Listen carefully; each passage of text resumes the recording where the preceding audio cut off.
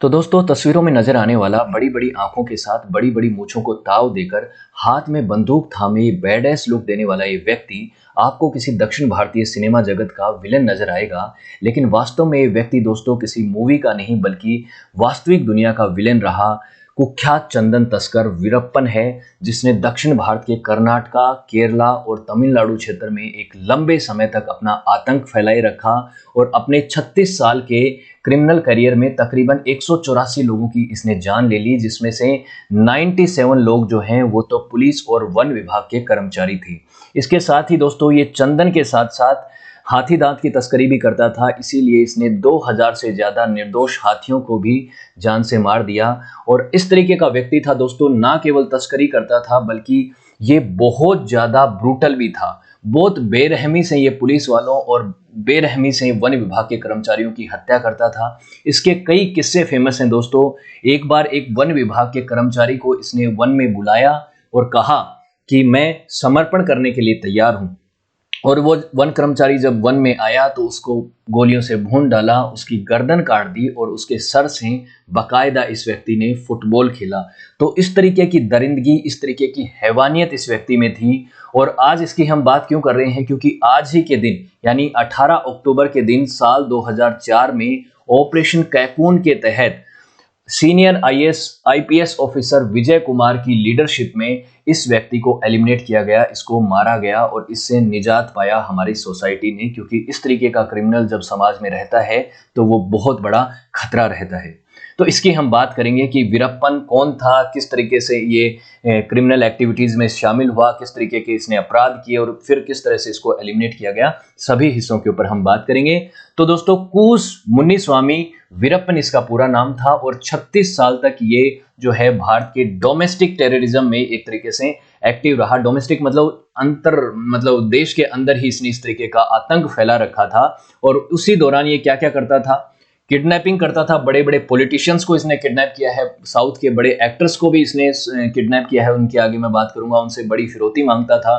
साथ में सैंडलवुड यानी कि चंदन का जो है स्मगलिंग करता था। आप जानते हैं कि चंदन की कटाई करना एक तरह से इलीगल है, उसको ये काट के बेचता था। उसके अलावा हाथी दांत आप जानते हैं कि कितना कीमती होता है, तो हाथियों को मार के तमिलनाडु, कर्नाटका और केरला के क्षेत्र के बड़े बड़े बहुत सारे हाथियों को इसने फॉरेस्ट से मारा और उनके हाथियों की इसने स्मगलिंग करी। और इतने बड़े स्तर पे इसने स्मगलिंग करी कि ये भारत में नहीं बल्कि इंटरनेशनली जाना जाता था। जानते थे लोग इसको कई दूसरे देशों में भी, क्योंकि इतने बड़े स्तर पे 65,000 किलोग्राम इसने सैंडलवुड जो है इसने उसको तस्करी करी है। इतना बड़े स्तर पे चंदन इसने बेचा है जिसकी कीमत लगभग 143 करोड़ वैल्यू बनती है। और आइवरी जो स्मगलिंग करी इसने, हाथी दांत की स्मगलिंग करी, वो भी इसने करी लगभग 16 करोड़ की। तो इतना ही ज्यादा हाथियों को मारा, इतने चंदन के वनों को काटा और उसके बाद इस तरीके का ये बैडेस लुक भी रखता था। और फाइनली ये जो है आईपीएस विजय कुमार जी, इन्होंने एक ऑपरेशन चलाया था, उसके तहत इसको मौत के घाट उतारा गया। इसके पर्सनल लाइफ की बात करेंगे तो कोयम्बटूर डिस्ट्रिक्ट जो है मद्रास स्टेट में उस समय पड़ता था 1952 में। वहां में एक जगह है गोपीनाथम कोलेहगल, वहां पे इसका जन्म हुआ था। तमिल वनियार फैमिली में ये पैदा हुआ था। उसके बाद साल 1990 में इसने शादी करी मुथुलक्ष्मी के साथ। मुथुलक्ष्मी जो हैं उनके बारे में कहा जाता है उसने इससे शादी भी इसलिए करी क्योंकि ये बहुत ही नोटोरियस था और इसकी जो मूछें हैं वो उसको भा गई, तो उसको बैड एस कैरेक्टर पसंद थे, तो उसने इससे शादी कर ली। और साल 2004 में जब इसका इनकाउंटर हुआ तो उसके बाद जब इसकी फैमिली तक पहुंचा गया तो इसकी 2 बेटियां थी, विद्या रानी और प्रभा। ये 1990 और 1993 में पैदा हुई थी। विद्या रानी तो अब पॉलिटिक्स में भी आ गई हैं, भारतीय जनता पार्टी को उन्होंने ज्वाइन कर लिया है। उनकी तस्वीर मैं आपको आखिरी में दिखाऊंगा। और वो मानती हैं कि मेरे पिता ने जो कुछ किया उस आईने से मुझे ना देखा जाए और समाज मुझे एक्सेप्ट करे, और समाज ने उनको एक्सेप्ट भी किया है। उनके पिता के पास्ट को देखते हुए उनको आंका नहीं जाना चाहिए, ये बात ठीक भी है। तो वो समाज में कुछ कंट्रीब्यूट करना चाहती हैं, तो वो विद्या रानी है। उनकी बात उनको आप सर्च करेंगे तो आपको मिल जाएंगी। उसके बाद इस व्यक्ति का क्रिमिनल करियर कैसे शुरू होता है। इसका एक अंकल था जिसका नाम था साल्वी गोंडोर। ये व्यक्ति जो है ये भी एक प्रोचर हुआ करता था, हाथियों की हत्या करके हाथी दांत चोरता था, उन चुरा के वो बेचता था, साथ में चंदन का स्मगलर था। शुरुआत में तो इसके साथ इसने काम किया, अपने चाचा के साथ काम किया, हाथियों को मारता था ये। और उसके बाद इसने अपने चाचा का साथ छोड़ दिया और अपनी खुद की गैंग बना ली, और अपनी खुद की गैंग बनाने के बाद इसने 2 से 3 हज़ार हाथियों की हत्या करी, जैसा कि मैंने आपको बताया। और उसके बाद पहली बार ये साल 1972 में पकड़ा भी गया था। और इसने पहली बार जो मर्डर किया वो किया था 17 साल की उम्र में। देखिए 17 साल में एक उम्र में क्या होता है, बच्चा होता है, लेकिन जिस व्यक्ति को जिस तरह का बनना होता है वो 15 साल की उम्र में भी ऐसे ही तरह वही एक्टिविटी करना शुरू कर देता है। तो 17 साल की उम्र में इसने पहला मर्डर किया था। उसके बाद ये इलीगल एक्टिविटीज में पूरी तरह से शामिल हो गया, और ज्यादातर इसके जो विक्टिम्स होते थे वो पुलिस ऑफिसर होते थे, फॉरेस्ट ऑफिसर्स होते थे, या फिर इन्फॉर्मर्स होते थे। जो भी वन में इन्फॉर्मर हुआ करते थे पुलिस या फॉरेस्ट डिपार्टमेंट के, उनको अगर ये पता चल जाता था इसको, तो उनकी ये तुरंत हत्या कर देता था। इसकी एक 1987 में इसने किया था सबसे पहले। एक तालुका फॉरेस्ट ऑफिसर थे जिनका नाम था चिदम्बरम, तमिलनाडु के अंदर रहते थे ये। वहां पे इस तमिलनाडु और कर्नाटका के बॉर्डर के आसपास ही ये एक्टिव रहता था। तो उस व्यक्ति की जब इसने हत्या करी तो ये अटेंशन जो है वो भारत सरकार तक पहुंचा, क्योंकि भारत सरकार के एक ऑफिसर की हत्या करना किसी राज्य में किसी डाकू के द्वारा एक बहुत बड़ी बात थी। लेकिन यहां से इसका शुरू हुई थी जर्नी। इसके बाद तो इसने बहुत लोगों की हत्या करी है। श्रीनिवास नाम के एक आईएफएस ऑफिसर थे, इन्हीं की बात कर रहा हूं, जिनका इसने गर्दन काट के और ये उससे फुटबॉल खेला था। ये व्यक्ति जो है ये वन में गए होते हैं और इनको बोलते हैं, श्रीनिवास को एक तरह से बरगलाते हैं। कहता है ये व्यक्ति कि मैं आपको समर्पण करने के लिए तैयार हूं। और जब वो गाड़ी से उतरते हैं तो उसके ऊपर फायरिंग करी जाती है अंधाधुंध, वो मारे जाते हैं, उनकी गर्दन काट दी जाती है और बहुत ही बेरहमी से उनकी हत्या करी जाती है श्रीनिवास की। उसके बाद इस व्यक्ति ने पुलिस पार्टी जहां चल रही थी उसके ऊपर भी घात लगाया, जिसमें सीनियर आईपीएस ऑफिसर हरिकृष्ण भी शामिल थे। तो आईपीएस ऑफिसर्स की पार्टी में भी ये व्यक्ति एक तरह से अम्बुश कर देता था। तो इसमें मादा बहुत था, बहुत ही ये हिंसक प्रवृत्ति का था। इसको किसी चीज की कोई परवाह नहीं थी, ना ये किसी से डरता था, और इसकी गैंग भी बड़ी हो चुकी थी, इसके पास हथियार थे। तो ये चीजें हो रखी थी। उसके साथ साथ ये सिविलियंस को मारने में भी नहीं चूकता था। अगर किसी भी तरीके से इसको लग गया कि कोई सिविलियन जो है वो पुलिस की मदद कर रहा है, पुलिस का इन्फॉर्मर है, तो उसको ये तुरंत उसकी हत्या कर देता था।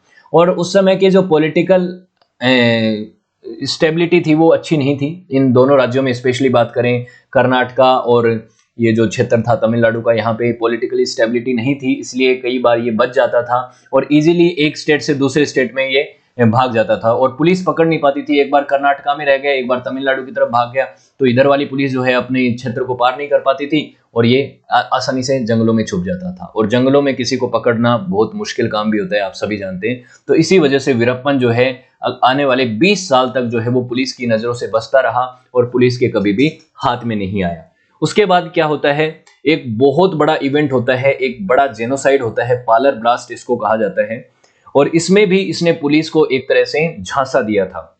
वीरप्पन ने एक क्या किया था, एक व्यक्ति था भंडारी, जो कि उसको लग रहा था कि ये पुलिस का ऑफिसर है, उसकी तो पहले हत्या करी। उसके बाद इसने पोस्टर छपवाए बाकायदा, और पोस्टर छपवा के पुलिस वालों को भद्दी गालियां दी, उल्टा सीधा बोला, उनको उकसाया और उकसा के ये कहा कि किसी में हिम्मत है तो वीरप्पन के क्षेत्र में आके उसको गिरफ्तार करके बताए।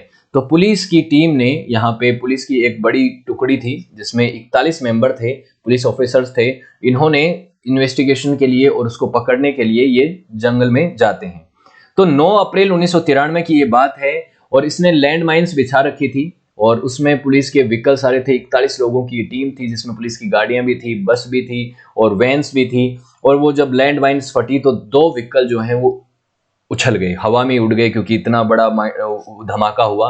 और इस धमाके में 22 लोगों की जान चली गई। 22 पुलिस वाले जो हैं उनको इसने बेरहमी से मार दिया। इतना एक नंबर का हिंसक आदमी था ये। और ये वो इंसिडेंट जो है, ये जो उस समय का जो ब्लास्ट था, जेनोसाइड था, उसकी तस्वीरें हैं। और इसके बाद जो है सरकार जो है वो बहुत ज्यादा चौकन्नी हो गई। साल 1992 में ही, 1 साल पहले की बात है ये इंसिडेंट जो हुआ था, इससे पहले ही हालांकि एक स्पेशल टास्क फोर्स बना दी गई थी। तमिलनाडु और कर्नाटक की सरकार ने मिलके एक स्पेशल टास्क फोर्स बनाई गई कि वीरप्पन को किसी भी तरीके से कैप्चर करना है, जिसमें तमिलनाडु को लीड कर रहे थे, तमिलनाडु की टास्क फोर्स को लीड कर रहे थे संजय अरोड़ा, और कर्नाटक में कर रहे थे शंकर बिद्री। जिनको वाल्टर देवराम जो हैं ये भी इनके साथ जॉइंट चीफ थे।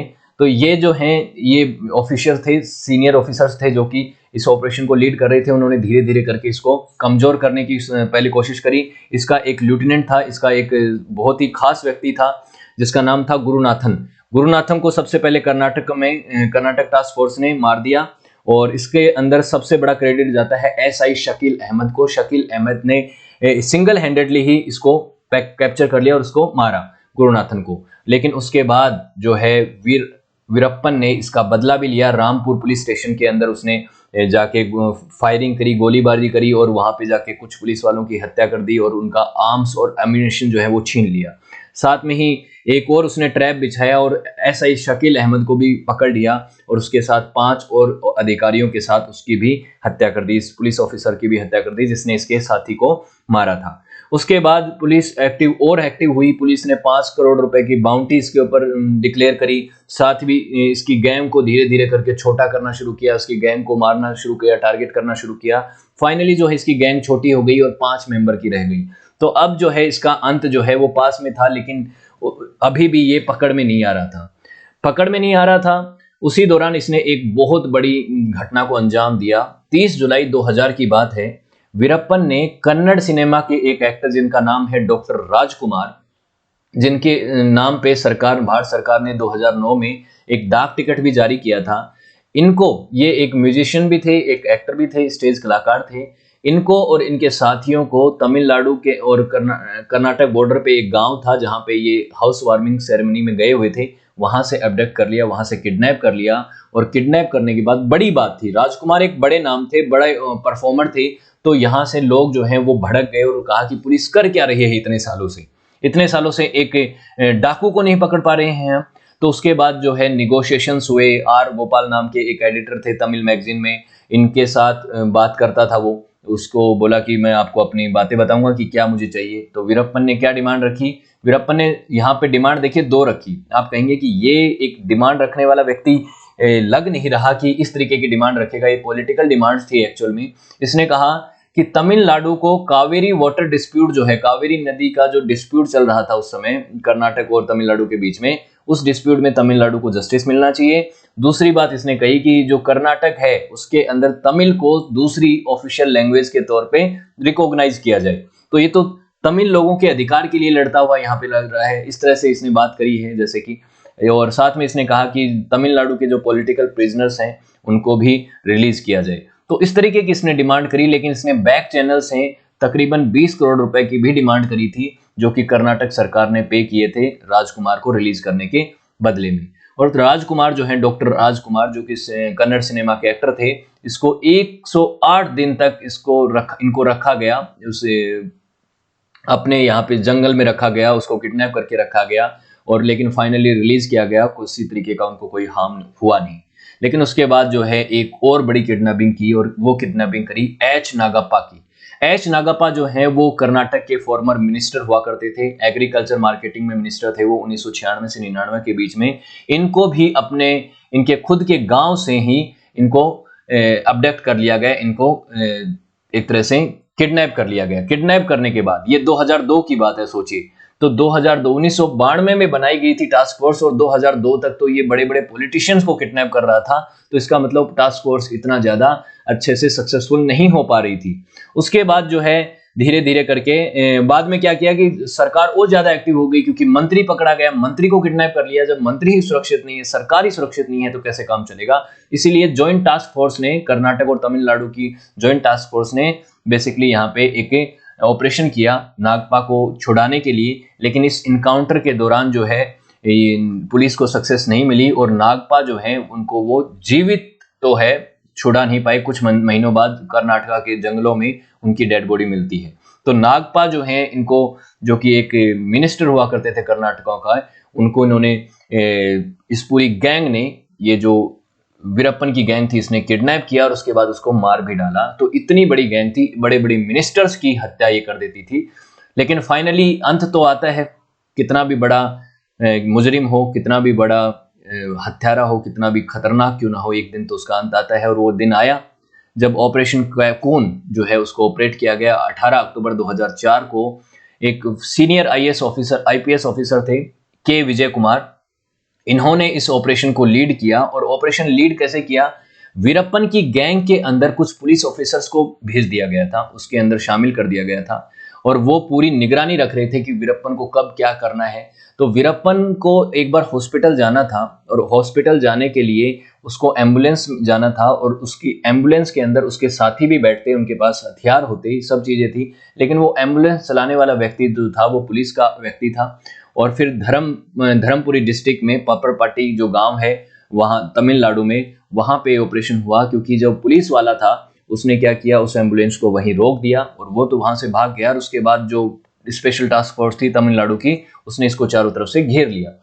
इसके अंदर वीरप्पन के जो आदमी थे और वीरप्पन जो था उसने गोलियां दागना शुरू कर दिया पुलिस वालों की तरफ, लेकिन पुलिस ने पूरी तैयारी कर रखी थी और इस पूरे इनकाउंटर के अंदर उसके अंदर जितने भी लोग थे वीरप्पन और उसके साथी, उनको सबको मार दिया, जो कुछ बचे उनको गिरफ्तार कर लिया। और इस दिन इसकी जब डेथ हुई तो इसको कहा गया डेथ ऑफ ए डेमन, जो मतलब एक शैतान की मौत का दिन था और इसके आसपास के गांव जो थे उनको मुक्ति मिली इस शैतान से, इसलिए उन्होंने सेलिब्रेट भी किया।